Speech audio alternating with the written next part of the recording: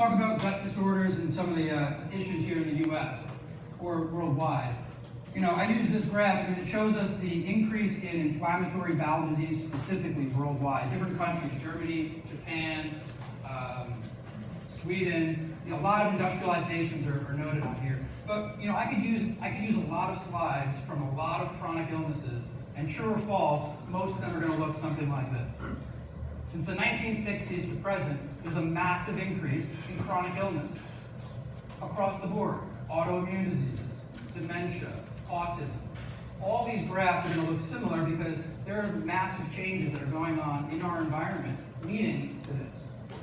So we're going to be speaking specifically about inflammatory bowel for the next few minutes, but just recognize the fact that this is a trend that we're all seeing with all of our patients. True or false? Are you seeing trends like this? Yes, exactly.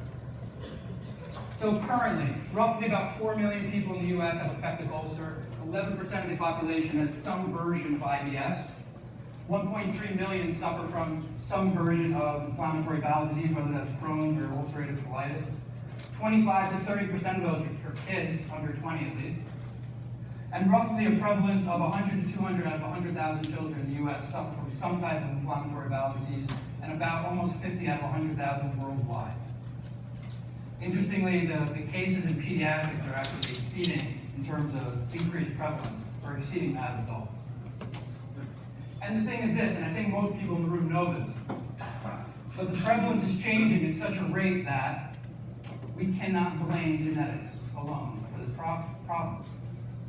The genetic code of the human has not changed anywhere near at the rate that these diseases are all changing. So we can have a graph of the genetic code of the human for the last 5,000 years. It's going to be pretty flat. Yet all these chronic illnesses we see skyrocketing over the last 30 and 40 years. So if we have a graph that looks like this, we can't blame graphs that look like that I showed you before, that they're not correlated. So we can't just sit here and say, well, the genes are just mutating, we have all kinds of changes going on. It's a huge issue of environmental changes, and that's really what we need to start looking at. I know the people in here know that. And we need to start broadening our concept for what we're looking to do for these patients. Right now, at least in terms of inflammatory bowel disease, but really most autoimmune diseases, the goal is suppression of the symptoms. Can we control the symptoms in this patient so that they can have a modest quality of life? Can we suppress these symptoms long enough to either delay the surgery or hopefully prevent the surgery? But ultimately, we're not looking at, can we heal this? We're looking at, how can we just manage this better for the course of this person's life? And I'm here to say that I don't think that that's really the case. It doesn't have to be that way. These are conditions that have causes. And if they have conditions that have causes, and we actually look a little bit deeper, we can get into some of those causes, and we can correct those. And if we start correcting causes, we can heal. And that's really what we're talking about today. If we can create systems that improve the speed or the ability in general for the body to heal, if we look at bigger factors outside the genes, if we look at diet, if we look at the environment, we could start to really get deeper into the cause of a lot of these autoimmune conditions. And ultimately, if we could find new therapies that could affect the human body in a meaningful way, then we could start to heal. And so what I want to say is that the evaluation and management of microbiome is sort of that next frontier. I think we'll talk a little bit more about this later on, but there was a point where we were, the Human Genome Project, we were saying, well, once we know that, once we crack that code, we're going to know why everybody gets everything. And then we said, wait, there are not enough genes to support that theory, so we need to look at something else. And so epigenetics was born out of that issue, saying, listen, there's got to be other triggers, things that turn these genes on and off, signals that affect our genetic code and tell our body what to do. And so epigenetics came from that.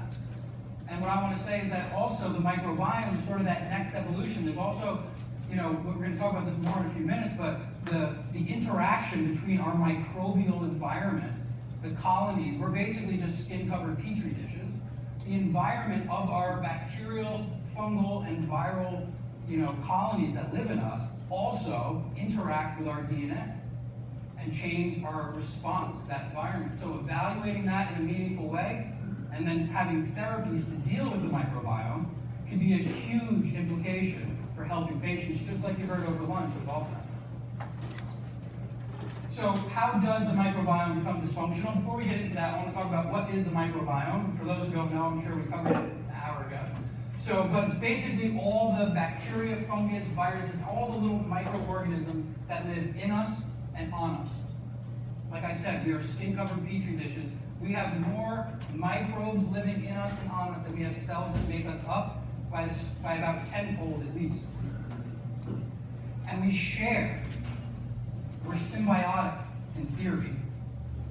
We give them a home. We provide them with food, right? And they live inside of us. They help us deal with that food. They help digest our food. They make certain nutrients for us. They change our hormone levels. They change our neurotransmitters. There's a whole beautiful interaction between our cells and all of these microbes, assuming that the microbiology is healthy. But as soon as we create issues in the environment that is our body, and the environment starts to become conducive to pathogens, as opposed to symbiotic probiotics, then we start to have consequences. And that's ultimately what we want to look at. We want to look at what is the environment that dictates who lives there, because ultimately we need to change, just like that last slide at lunch. Diet and lifestyle changes your microbiome. We have to start there because it's the internal environment that dictates which bugs live there. You could add probiotics and shift it a little bit, let's say. You could take an antibiotic and shift that a little bit, but those are temporary solutions. Whatever bugs live there because that environment is conducive to allow them to live there.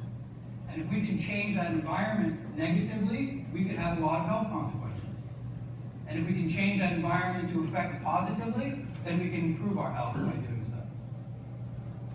So we're going to do a little bit more of this later on, but just in general, what does the microbiome do for us? They provide us with certain vitamins, minerals, nutrients, hormones, neurotransmitters. They help us digest our food. They interact extensively with our immune system. And of course, there's the whole gut-brain axis. So there's a whole interaction between our gut and our immune system and our gut and our nervous system, our brain. But the most important thing, I think, to know about this is it's not permanent. It's a very sensitive system, and it changes quickly, and it changes dramatically to very small shifts in our life. And so we need to learn what those are, because when we know them, we can have a positive effect. And when we don't know them, we don't realize the consequences of our decisions. We don't realize what we're eating, what we're doing, what we're thinking, how much stress we have, what we're smoking, what environment we're in, who we're making out with. These are all different things that affect our microbiome, right? And so we want to make sure that we're making really healthy decisions that affect our body to make sure that we can affect that microbiome the way we want to. So what are some of those causes of dysfunction? There are a lot, but here's just a few. How about some drugs? Obviously, antibiotics affect that system. It kills bugs. It kills good guys and bad guys. It's a temporary shift, but it's a meaningful shift. Steroids also obviously impact that. But listen, it's not just those that are so obvious that affect our immune system or the bugs themselves. Taking SSRIs or taking hormone replacement. If the microbiology affects our chemistry at that level, which it does, then taking drugs that affect that chemistry will also have an effect on the microbiome. You cannot separate those two by any way. But it's not just the drugs we take on purpose, right? We have massive antibiotic use in the feed supply for the animals, right, that are basically become some of our food. And so we have to realize that we have to make choices, not just, hey, what am I going to either take or not take as a drug, but when I'm eating food, is that food containing antibiotics? You are what you ate, but you are what you're eating ate. And so if the food supply is disturbed, which it is, for the animal, then the food supply that we're going to get access to is also going to be disturbed similarly. And that's going to have massive effects on our microbiology.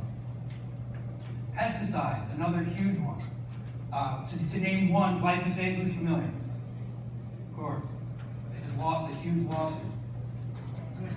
And there's a lot more coming. So, but here's what's interesting, right? It works on this thing called the shikimate pathway. The shikimate pathway, in theory, doesn't interact with human cells.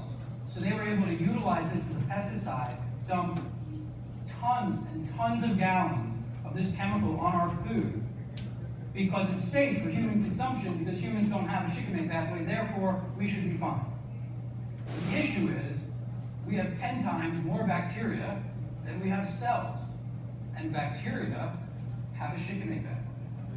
And so all this food that's contaminated with all of these chemicals, which theoretically have no interaction with our chemistry, have an enormous interaction with our microbiology.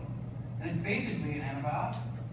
So every day that we consume foods covered in glyphosate is literally every day we're taking an antibiotic without even realizing it. Having a huge change and a huge shift in that microbiome. Another cause of changes in our microbiome is hypoxia. So these bacteria, some bacteria love oxygen, some hate oxygen, some tolerate oxygen.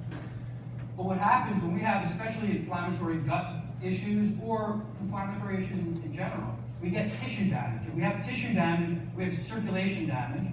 And if we have circulation damage, we cannot oxygenate that area well. And that's one of the reasons that these chronic illnesses that won't heal, especially ulcers or wounds, it has a lot to do with this chronic hypoxia that the body is exposed to in these times of inflammation and tissue breakdown. So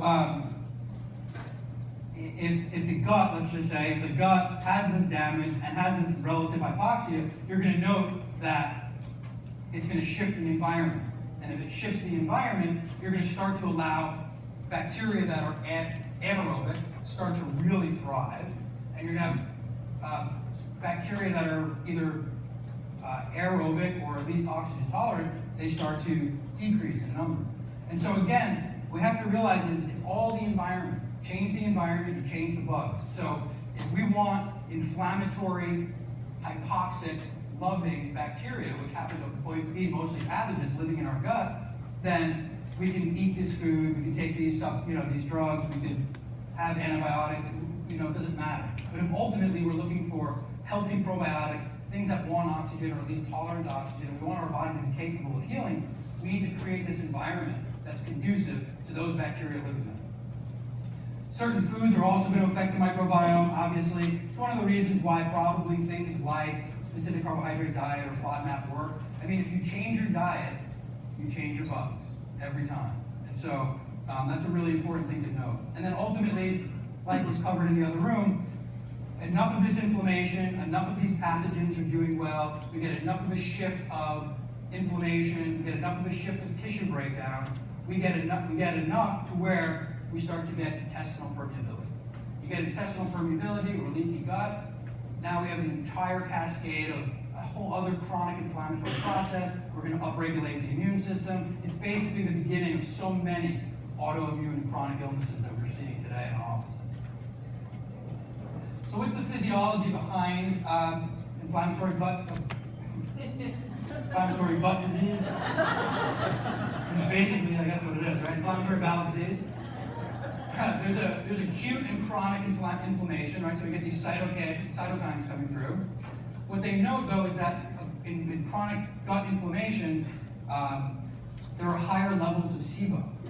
So all of a sudden, you just know by default, I mean, if you think about it, if the gut's inflamed, if the gut is transitioning towards an unhealthy environment, you should start to see these pathogens really start to rise. And of course, that's what we see. And with that change, those bacteria, those pathogens are also implicated in so much of the damage that occurs while being affected by those pathogens. So the ulcers, the tissue damage, the fistulas, the fissures, a lot of that has to do with which bacteria are present and how much damage they're able to do in our system while they're there. The bacteria, especially the pathogens, they also lay down these biofilms. These biofilms happen to be homes that the bacteria can create around themselves, and that has two negative effects. One, it makes them really comfortable. It protects them. So they have a really beautiful, nice, cozy home to live in.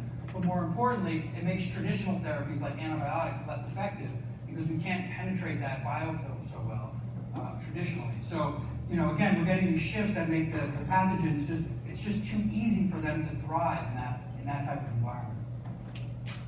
So, in summary of some of the changes that we see in the gut as a relation to the changes in the microbiome, you'll start to see increases in inflammatory cytokines, IL-6, IL-8, TNF-alpha, many others. Ultimately, with that inflammation, you're going to start to get chronic wounds and chronic hypoxia due to the circulatory damage that's done. Once we get enough inflammation, enough circulatory damage, you're going to start to see those changes in the microbiome. Those pathogens start to really do well. Those probiotics really start to struggle. We get bacterial imbalance overall as a result. We get this biofilm development, and then ultimately the body can't heal. We get a whole blockage of the epithelial layer of the skin, not having the right resources it needs ultimately to heal that tissue layer. This is a great slide. It's just everything I just said in more detail. You can read it. So basically, if we can change the environment, again, right? If we can change the environment, decrease the inflammation, increase the oxygen, especially if it's hypoxic, get proper nutrition, then we can find balance in the microbiome. And that's really the goal here, and that's what we're going to cover. So what are the other things that the microbiome happen to be able to do for us? Again, some vitamin production, assistance in digestion, immune balance, and gut-brain axis. So there's over 1,000 different bacterial species. There's probably more. Some studies say less. Some say 300 to 500, 600. Who knows? There's a lot. Okay? And within that huge amount of potential bacteria that we have, each of us probably has about 160 different species. It's a lot. About a third of that we might have in common. And we might have in common because we live in the same area, the same region. We might have them in common because somehow we're related to each other. So within families, we share some of these organisms. We might have them in common because we share body fluids periodically. Not you and I, maybe, but you know what I'm saying. So as we interact with our environment, those bugs also change. And so about a third of them we may have in common with other people near us or in our family, but 2/3 make us pretty well individual. And again, that goes back to the whole, gene theory saying, listen, there's not enough here to make all the differences between you and I. So between our gene code and epigenetics and now the microbiome and sharing that information, that DNA, now there's enough to make a difference between you and I. So that's really what we have to look at, that big picture. The gene set of the microbiota is 3 million genes. So it's 150 times what we have as individuals. So it's a massive amount. It's, just like it's more bacteria than cells, it's more DNA within that microbiome than our own cells. And so to think that that doesn't affect our health, would just be to miss a huge part of what we need to be focusing on.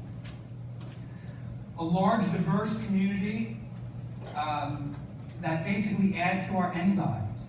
They produce enzymes, they break down some of our foods, they change, we were saying before, they change our hormones, they change our neurotransmitters. And so I think what's interesting, fecal matter transplants, have you guys heard of those? Right? So, we're tinkering with that a little bit. I think we need to learn a lot more about the microbiome before we get heavy into that. But it's really interesting because you could see massive changes, maybe in the area you thought you were going to, but maybe in areas you had no idea were even implicated. So a few examples, a case report. So this woman, so after 16 months of a fecal matter transplant, she gained 34 pounds and her BMI went from 26 to 34.5. Basically became obese as a result of that.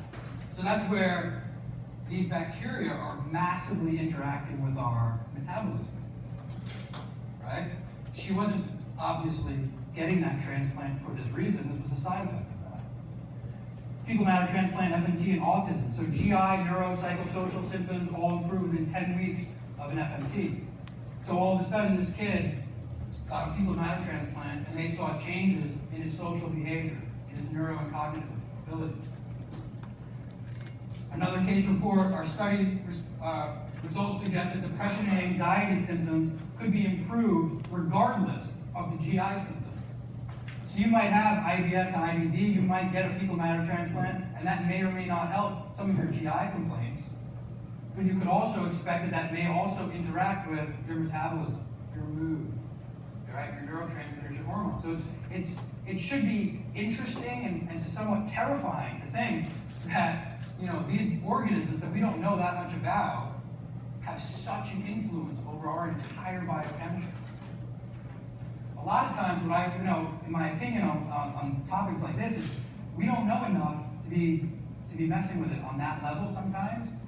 Our bodies are already inoculated with the bacteria that we need for our region, from our family, based on our environment. We just need to nourish it at a level that allows the good guys to outweigh the bad guys. And so we just need strategies for learning how to manipulate that in a way that's meaningful to actually gain those changes. So microbiome and vitamin production, this is just to name a few, but we feed them, they feed each other, and as a result, they feed us. So they produce some of the riboflavin and niacin that we need. They produce some of the B12 that we need. They produce a lot of the vitamin K that we need. They produce, but also help metabolize short-chain fatty acids, medium-chain fatty acids, and so they're helping to create metabolic shifts for us as well. They also make some of the essential amino acids. So here we are learning, in nutrition, here's 8 amino acids that if you don't eat them, you don't get them. Well, that might not be true. It might be that by eating other foods and feeding your microbiome properly, that your bacteria are actually going to make some of those essential amino acids for us. They also help break down insoluble fiber. So a couple quotes from a couple studies that I just thought were pretty meaningful. The gut microbiome has an enormous impact on the life of the host. The diet plays a fundamental role in shaping that microbiome, composition, and function. The way food is processed is a key factor determining the amount and type of material that the gut bacteria influencing their growth, production, of microbiome. So basically, again, what we eat, how we feed ourselves, the quality, quantity, and frequency that we feed ourselves massively changes the bacterial environment of our gut. Two more basically saying the same thing, but in summary, mounting evidence indicates that the way a food is designed will ultimately define the diversity of the microbiome metabolites. Here's what's interesting. If you eat the same food, whether it's healthy or not, if you eat the same foods all the time, you're going to feed the same bugs all the time. You're going to create monocultures, which we don't want. So having variety, we'll talk about this again in a few minutes, but having variety in that process, really changing things up, changing your diet massively, periodically, both in timing and in quantity and in quality, could really help improve the health of the microbiome. These recorded benefits and more have led to a growing interest in the ability to modify the gut microbiota. Check this out. In an acute change in your diet, literally going, let's say, plant-based to animal-based or animal-based to plant-based, in 24 hours of massively shifting your diet, you can see massive shifts in your bacteria.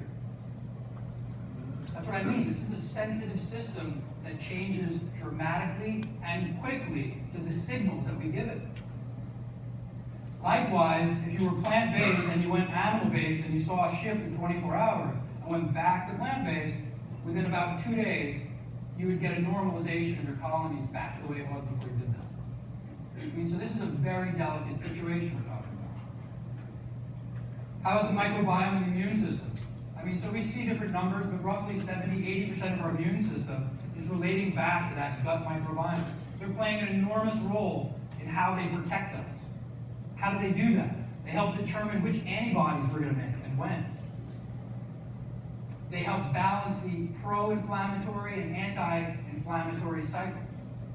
They balance the Th1, Th2 system, and they massively influence the Th17, which is basically like the regulatory side of the immune system. So between these bacteria changing our antibodies or influencing our antibodies, influencing our cytokines or inflammatory responses, and then balancing or not the Th1, Th2. Again, that's such a huge piece of how the microbiome affects this whole autoimmune, whether we're talking gut autoimmune or other, how the gut microbiome influences autoimmunity just as a whole. And then, of course, gut-brain axis. Need I say more than your lunch? If we don't know that by now, I think we got that covered, yes? All right, good. But you understand, it's huge. right? These bacteria are influencing your immune system, influencing your digestive, influencing your metabolism, influencing your brain. It's amazing. But here's in a summary. Summary, one sentence, I think, really boiling it down. The catastrophic failure of human metabolism observed in autoimmune disease results from a common underlying pathogenesis, the successive accumulation of pathogens into the microbiome over time, and the ability of those pathogens to dysregulate transcription, translation, and the human metabolic process. This is true for all bugs. This is true for all autoimmune diseases. And this is the thing. You're a skin-covered petri dish, whether you want to be or not. No matter what, you're going to have 10 times more bugs in you and on you than you have cells. The question is, are they good guys or bad guys? The question is, are you influencing that system on purpose? Are you helping your patients to influence that system on purpose to make sure that you're helping create an environment that's going to allow for the synergistic, healthy probiotic to do well? Or are we going to ignore it and allow the pathogens to win? And ultimately, either way, they're gonna manipulate our DNA. The good guys will manipulate that DNA in a healthy way, improve our metabolism, neurotransmitters, hormones, and the pathogens are going to break that down. So mechanisms of HBOT, in like 4 sentences or less: pressurized environments increase your ability to absorb oxygen, period, okay? The part I want to add to this is just to say, I look at oxygen, my background is clinical nutrition. I look at oxygen as a nutrient more than I look at it as anything else. It's a nutrient that your body needs to function and do what it does every day. But the thing is this, you already have almost as much oxygen in your body as you can possibly carry, right? If you don't have a lung, heart, or circulatory disease, you're basically 97, 98% oxygenated as you sit here listening to me talk, which means at best, you can only get 1 or 2 or 3% more. Everybody follow that? But there's a time when megadosing oxygen might be appropriate, just like megadosing vitamin C might be appropriate. So if you don't get enough vitamin C, what do we call that? Scurvy. So we all try to get enough vitamin C to make sure we're not deficient, and so we don't get scurvy, but then some of us might say, hey, well, there's even more than that. You might want to get a little bit more and say there's an optimum range, because I don't want to just not get scurvy. I actually want to be healthy. So I'm going to get a little more vitamin C to make sure I have enough to do all the things vitamin C is going to do. And then even after I do that, periodically I might choose to megadose vitamin C as a way for me to maybe fight infection. Or maybe I need to megadose vitamin C drips for cancer, like we talked about a couple hours ago. So there's times where really high doses might be appropriate to heal from something. Well, oxygen's the same way. If you don't get enough oxygen, we have a name for that. It's called hypoxia. Sometimes that hypoxia is systemic because you have a cardiovascular disease or some sort of circulatory issue. But sometimes that hypoxia is local because you have tissue damage. That tissue damage might be in your gut from an autoimmune disease. That tissue damage might be physical from a fall or an injury of some kind. But you can have localized hypoxia. And if you're 98 or 99% saturated as you sit here, and you have local hypoxia, and you put that mask on your face from a green tank, you'll get 2%, but that's not enough to make a difference. So periodically, you need to megadose oxygen as a way to create a surplus that allows your body to heal in a meaningful way. And as it stands, hyperbaric oxygen right now is basically the only tool we have to be able to do that. It works by 2 laws, Boyle's law and Henry's law. They talked about it, so we'll skip it. It's amazing. It increases your blood flow, your free-floating oxygen. It helps get oxygen to places that it can't get to due to circulatory damage. It's a long story, we don't have time. It has an angiogenic effect, so ultimately you'll heal, create new blood flow, so that once you're out of the hyperbaric oxygen environment long term, you now have a new highway to carry that excess oxygen, so you can maintain that over time. And then there's a dissipation effect also. But we have 10 minutes, so we're not going to cover it. You can ask me that. Anyway, how do we start healing the microbiome? We showed this before. Basically, what do we need to do? We need to control inflammation. We need to repair the oxygenation of a hypoxic area. We need to provide proper nutrition, and if we do that, we can create that balance in the microbiome. So how does hyperbaric oxygen affect that? It actually affects all 4 of those areas. okay? Hyperbaric oxygen has a direct effect on inflammatory cytokines.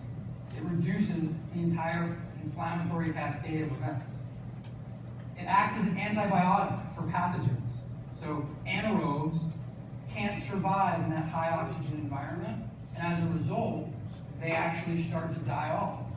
At the same time, probiotics that happen to love oxygen thrive. So now you're feeding them a nutrient that they need to improve. So all of a sudden, you're shifting your microbiome automatically just from changing the oxygen level. Again, I think oxygen is a nutrient. That's how I look at it. So I look at oxygen as being part of the process of recreating a balanced nutritional profile for ourselves. So, I mean, you could read through these, but this is basically a whole list of what you could expect from hyperbaric oxygen and its effect on ultimately healing and on the microbiome. Covered it. Sorry I'm rushing, but kicking me out here soon. Real quick, I just want to talk about HBOT and ATP production. You know, the mitochondria is an organelle. Some people talk about the mitochondria that also was a bacteria once upon a time. It's interesting, it probably was. It's actually the only organelle we have that has its own genetic code. What's interesting is it doesn't have a full genetic code, it has a partial genetic code. Why? Because it relies on us to fill in that gap. So here's one example where I'm saying that we share genes and we help each other.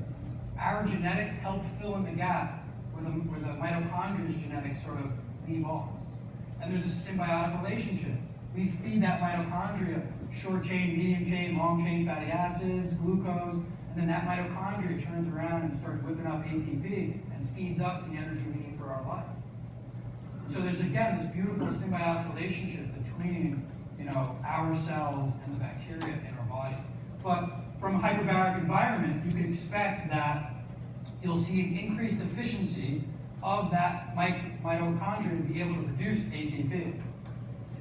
As it turns out, we haven't looked at this, we started looking at it now, but for a long time, we didn't realize, I don't think, that oxygen might be a rate limiting factor for electron transport in general. So all of a sudden, if you increase the oxygen available to that mitochondria, you're actually going to increase the rate of ATP production.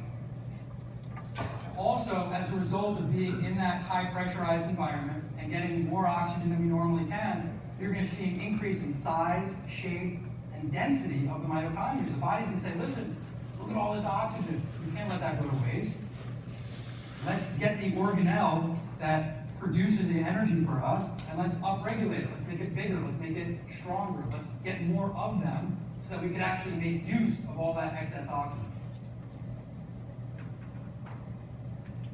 Microbiome and nutrition. So, I mean, again, you probably heard a lot of this about an hour ago. So, but what I want to say is, if you eat inflammatory, processed, drug-filled, pesticide-filled food, you should expect an inflammatory gut. Is that fair?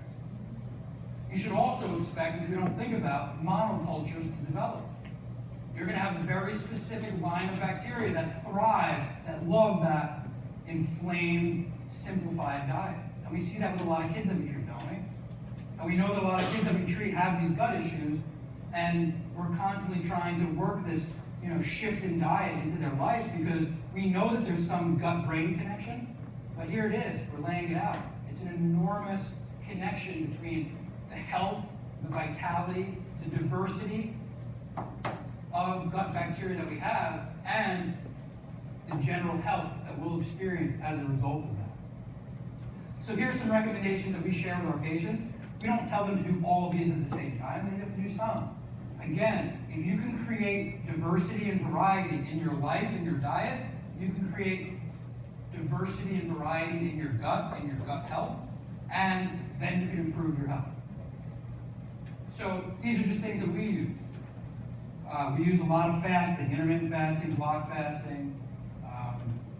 Interesting enough, a lot of fasting or ketosis in general was used as a tool for epilepsy because there's such a shift in the brain chemistry, the GABA to glutamate ratios become much more favored in GABA. So there's this great effect that has on seizure activity. But the more we look at it, some of that might be ketone-based, because as our brain utilizes ketones for energy instead of glucose, we get that nice shift of GABA to glutamate. But also, because of the gut bacteria and how they break those ketones down as well, that's another place that they're seeing a shift in the GABA to glutamate ratios. So again, the microbiota of our gut is helping that process. Also, as a result of fasting, we can shift our fat from white fat, which is basically, adipose accumulation, glucose accumulation in our body as stored fat, versus brown fat, which is actually metabolic. It's thermogenic. It creates heat for us. And as a result of fasting and the effect that fasting has on our microbiome, we can start to shift our fat stores from white fat to brown fat, making that fat, one, less, two, useful, as opposed to just being storage. So some guidelines that we use for our patients, again, you'll see this in your book, but eat a little less often, right? We say in some of the other groups that we're in, don't eat less often. Challenge your system a little bit. Don't eat every 3 hours. Try 3 meals a day instead of 6 meals a day. Try going 12 hours overnight without some food. Try stretching that a little further, right? Give your body a chance to make some of its own energy. Challenge your system healthy. Healthy challenges, adaptation is health. The more we can challenge our system to grow and adapt, the healthier our cells will become every time.